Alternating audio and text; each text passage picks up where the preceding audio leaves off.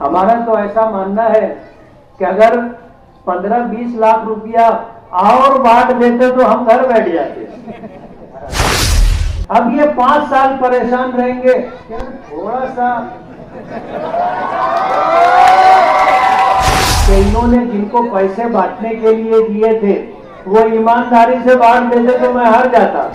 मालेगांव के लोगों ने शिकस्त दी और 6 असेंबली हलकों में से 5 असेंबली हलकों से बीजेपी के उम्मीदवार को 1,95,000 वोटों की लीड हासिल की और वो ये समझ चुके थे कि हम जीत गए और धुलिये में बड़े बड़े बाइंडर लग चुके थे और क्रेन के जरिए से बहुत बड़ा फूलों का हार बीजेपी के उम्मीदवार को पहनाया गया।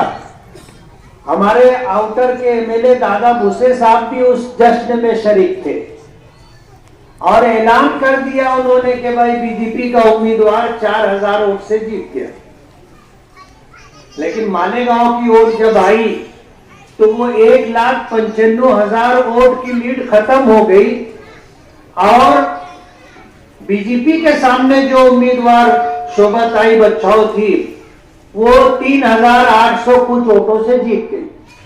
तो उन्होंने मालेगांव के वोटरों ने जो वोट एकजुट होकर के बीजेपी के खिलाफ दी थी उसकी सजा देने का फैसला किया और वो मुझे देने का फैसला किया कि इनकी वजह से मालेगांव का माहौल हमारे खिलाफ हुआ है, इसलिए इनको गिराने का। हमारे सामने जो उम्मीदवार था तमाम फिरका परस्त ताकतें उसकी मदद के लिए मालेगांव आ गई और साम दाम दंड भेद सब लगा दिया उनके साथ। उनकी तरफ से जो फंडिंग हुई तो हमारे सामने जो उम्मीदवार था उसने 3 लाख वोटरों को पैसे बांटे, ऐसा उनका बोलना है और उनका ये सोचना था कि 1.5 लाख लोग तो वोट देंगे। हमने अगर 3 लाख लोगों को पैसे दिए हैं तो 1.5 लाख लोग तो हमको वोट देंगे, तो हमको 1.5 लाख वोट मिल गई, हम जीत गए। और उन्होंने वोटिंग के बाद काउंटिंग वोटों की गिनती से पहले जश्न मनाना शुरू कर दिया था। आपने देखा है, कोई बताने वाली बात नहीं। लेकिन जब ये कुदरत को भूल करके चल रहे थे, अपने फिरका परस्त आकाओं की शय पर, उनकी मदद और हेल्प पर, उनको ये गुरूर और तकब्बुर था कि हम जीत चुके हैं, कुदरत को भूल करके बात कर रहे थे। कुदरत ने उनको इतने कम वोटों पे ला के गिराया कि ये 5 साल मिलाते रहे। पहले 38,000 वोटों से हारे थे तो 5 साल इसी उधेड़ बुन में थे कि इतनी ढेर वोटों से कैसे हार गए।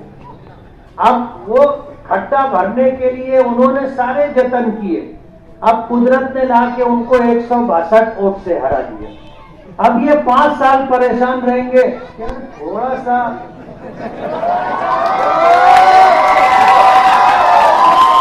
और हमारा तो ऐसा बोलना है कि इन्होंने जिनको पैसे बांटने के लिए दिए थे वो ईमानदारी से बांट देते तो मैं हार जाता।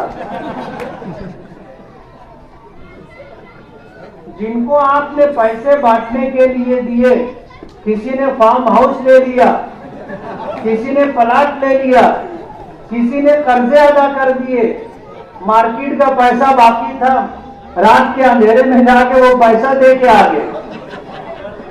कोई 4 व्हीलर ले लिया, कोई नई 2 व्हीलर निकाल के लेके आ गया। तो इन्होंने पैसे तो बांटे, लेकिन बांटने वालों ने ईमानदारी से नहीं बांटा। इसलिए उनको थोड़ा सा इस पर भी गौर करना चाहिए कि हमने किसको जिम्मेदारी दी थी और उसने पैसे बांटे कि नहीं बांटे। हमारा तो ऐसा मानना है कि अगर 15-20 लाख रुपया और बांट देते तो हम घर बैठ जाते।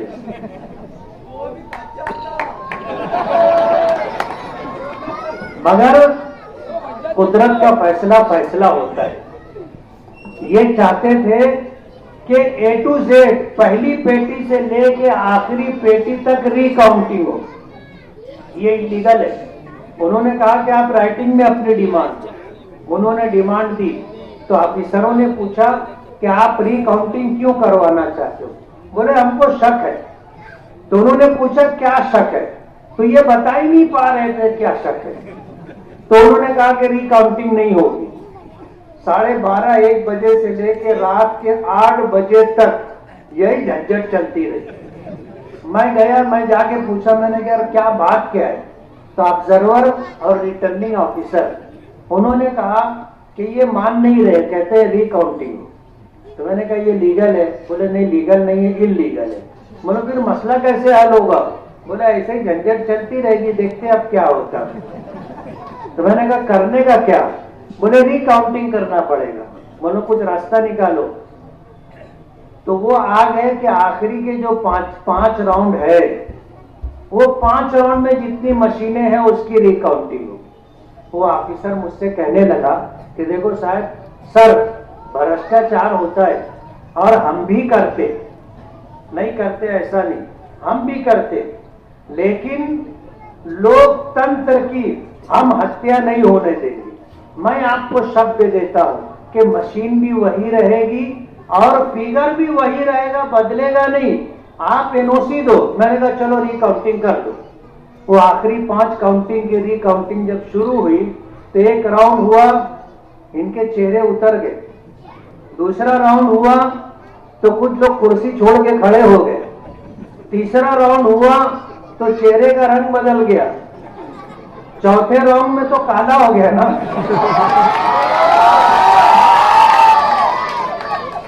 पांचवा राउंड से पहले ये मुंडी झुका करके सब बाहर निकल के चले गए। वो एक हाफिज साहब है, उनके साथ लगे रहते। वो जब काउंटिंग हो रही थी तो हर राउंड के शुरू में वो बोलते थे शुरू कीजिए इमाम साहब।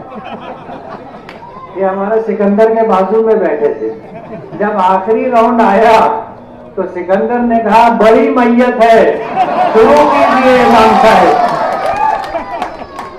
बड़ी मैयत है, शुरू कीजिए इमाम साहब। वो कहते ना कि भाई ये गुंबद की सदा जैसी कहे वैसी सुने।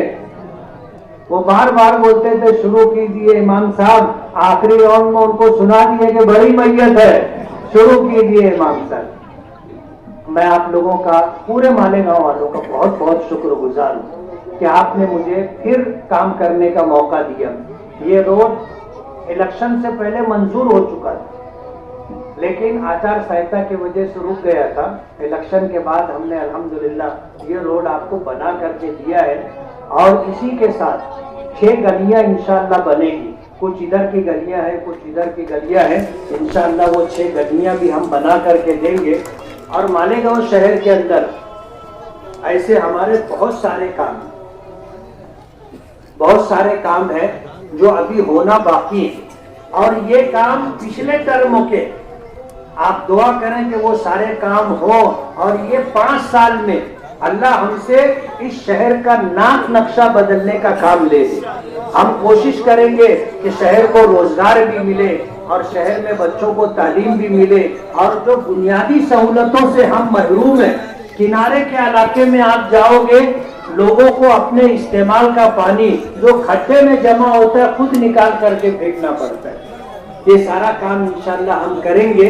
मैं आपसे गुजारिश करूंगा, ये रोड बन गया, अच्छा रोड बना, अच्छा है ना? आप इस पे अतिक्रमण मत करना, एक नंबर बात। ये गुजारिश है आपसे। ये चौड़ा रोड है, आप थोड़ी तकलीफ उठा ले, अतिक्रमण ना करें। आप अतिक्रमण नहीं करोगे, आपको ही राहत रहेगी। आप अतिक्रमण करते हो, रास्ता तंग हो जाता है, आपको भी तकलीफ और हर आने जाने वाले को तकलीफ होती है। पानी की पाइपलाइन का मसला था और हमने काम रोड का शुरू करने से पहले अंडरग्राउंड ड्रेनेज का पाइप डलवाया, पानी का पाइप डलवाया। इसी तरह गलियों में जो पानी के पाइपलाइन पड़ने हैं, जमाल नासिर की कोशिशें हैं, हमारी भी, हमारा उनको साथ है। इंशाअल्लाह वो मसला भी हम हल करके देंगे कि गली के आखिरी घर तक पानी जाना चाहिए और इंशाअल्लाह हम ये काम करके देंगे। मैं सदर साहब का और इसी तरह जो है आप सभी लोगों का बहुत बहुत शुक्रगुजार हूँ कि आपने यहाँ पर जो है यहाँ पर एक इस्तेक़बालिया प्रोग्राम रखा और इस रोड के बनने पर आपने मुबारकबाद दी।